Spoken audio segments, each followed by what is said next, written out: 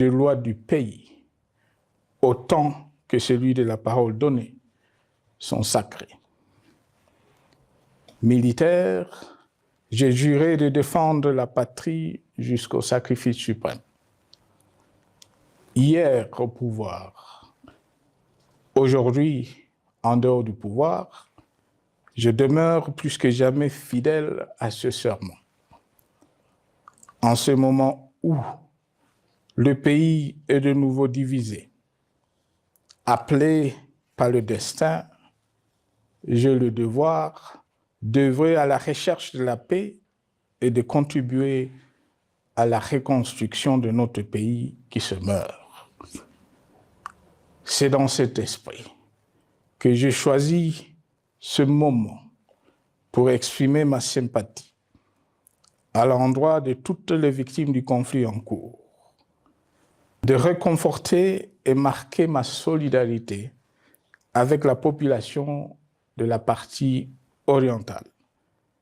Vous, qui êtes abandonnés par le pouvoir central, qui semble avoir pris le parti de vous punir, entre autres, en déconnectant les institutions financières du réseau bancaire national et en restreignant le mouvement de personnes et de biens.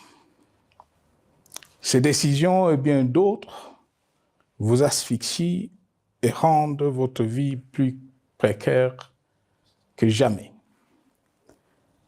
J'en appelle aux uns et aux autres, en particulier au gouvernement, d'humaniser les conditions de vie de nos compatriotes de cette partie du territoire national.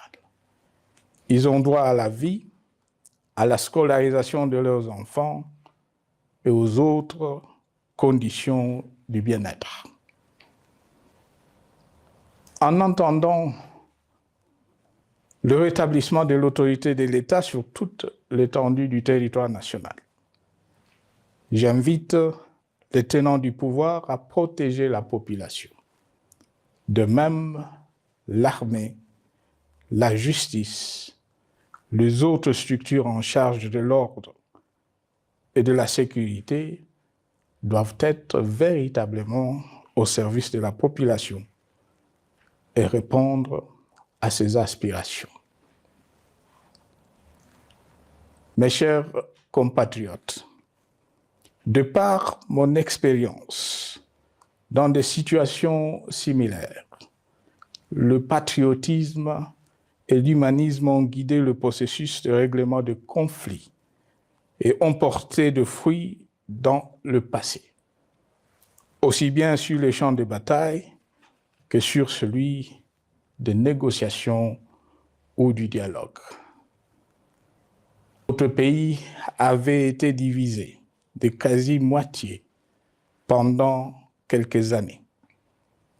La sagesse avait alors prévalu.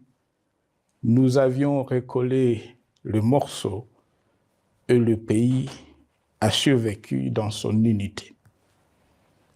C'est ainsi qu'après quelques années de réflexion sur la crise en cours, après avoir consulté des chefs d'État et des anciens chefs d'État de la région, ainsi que des acteurs politiques et sociaux, nationaux et étrangers, j'ai fait ce jour une proposition qui engage la nation tout entière à un sursaut patriotique pour un pacte citoyen afin de tirer le pays du gouffre. Le travail hardi qui s'impose à nous portera notamment